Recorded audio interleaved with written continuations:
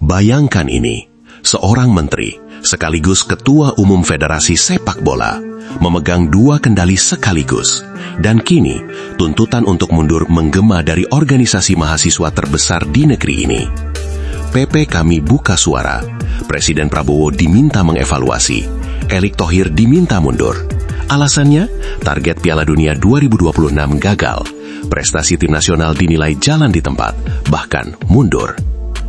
Tapi tunggu, apakah ini hanya tentang gagal ke Piala Dunia? Atau ada sesuatu yang lebih dalam?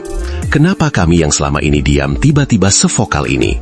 Apa yang mereka lihat yang mungkin kita lewatkan selama ini?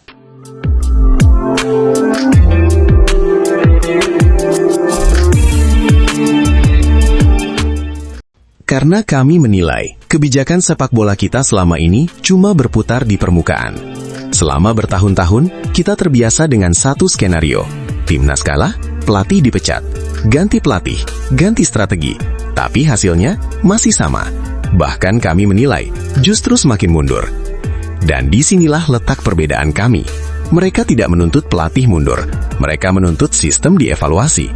Pembinaan pemain muda, kualitas kompetisi, akademi, sport science, kebijakan naturalisasi.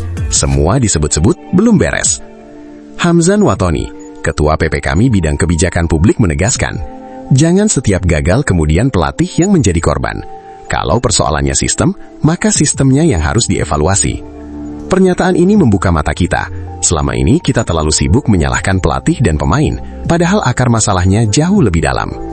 Kalau masalahnya ada di sistem, lalu kenapa kami justru meminta Erick Thohir yang mundur? Bukankah dia sudah berusaha membenahi sistem?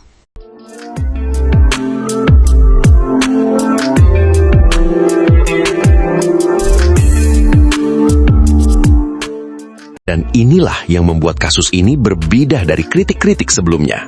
Kami tidak pernah bilang Erick Thohir tidak bekerja.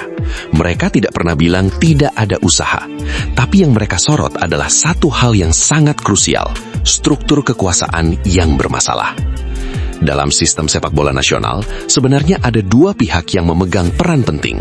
Yang pertama, Ketua Umum PSSI, pemimpin tertinggi federasi yang bertanggung jawab atas kebijakan teknis sepak bola.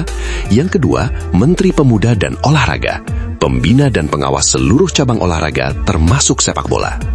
Tapi yang jadi sorotan kami adalah dua jabatan strategis ini, dua tanggung jawab besar ini, dan dua peran yang seharusnya saling mengawasi ini, kini dipegang oleh satu orang, Erick Thohir.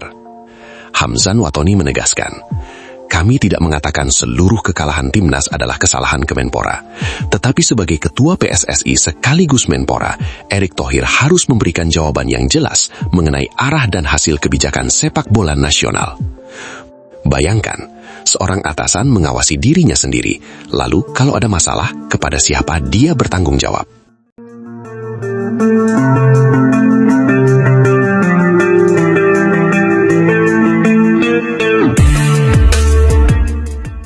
Nah, inilah jawabannya. Ketika seseorang memegang dua jabatan yang seharusnya saling mengawasi, maka tidak ada pihak lain yang bisa mengawasinya secara independen. Dia menjadi hakim bagi dirinya sendiri, dan disitulah letak bahayanya. Tapi tunggu, kami juga melihat hal lain yang lebih konkret. Waktu. 3 tahun.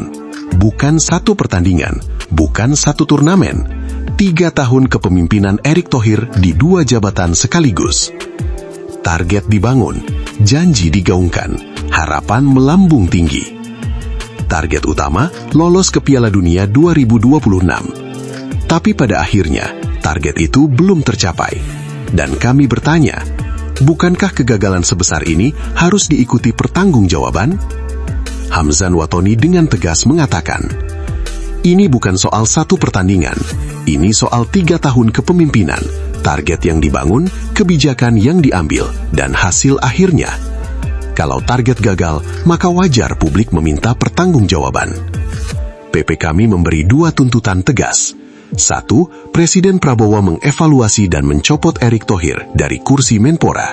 2. Erick Thohir mundur dari Ketua Umum PSSI.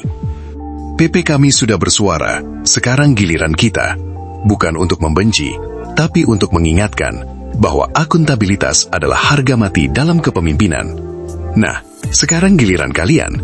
Menurut kalian, apakah Erick Thohir sebaiknya mundur dari jabatannya? Atau justru dia perlu diberi waktu lebih banyak untuk membuktikan diri? Tulis pendapat kalian di kolom komentar, karena suara kalian adalah bagian dari perubahan.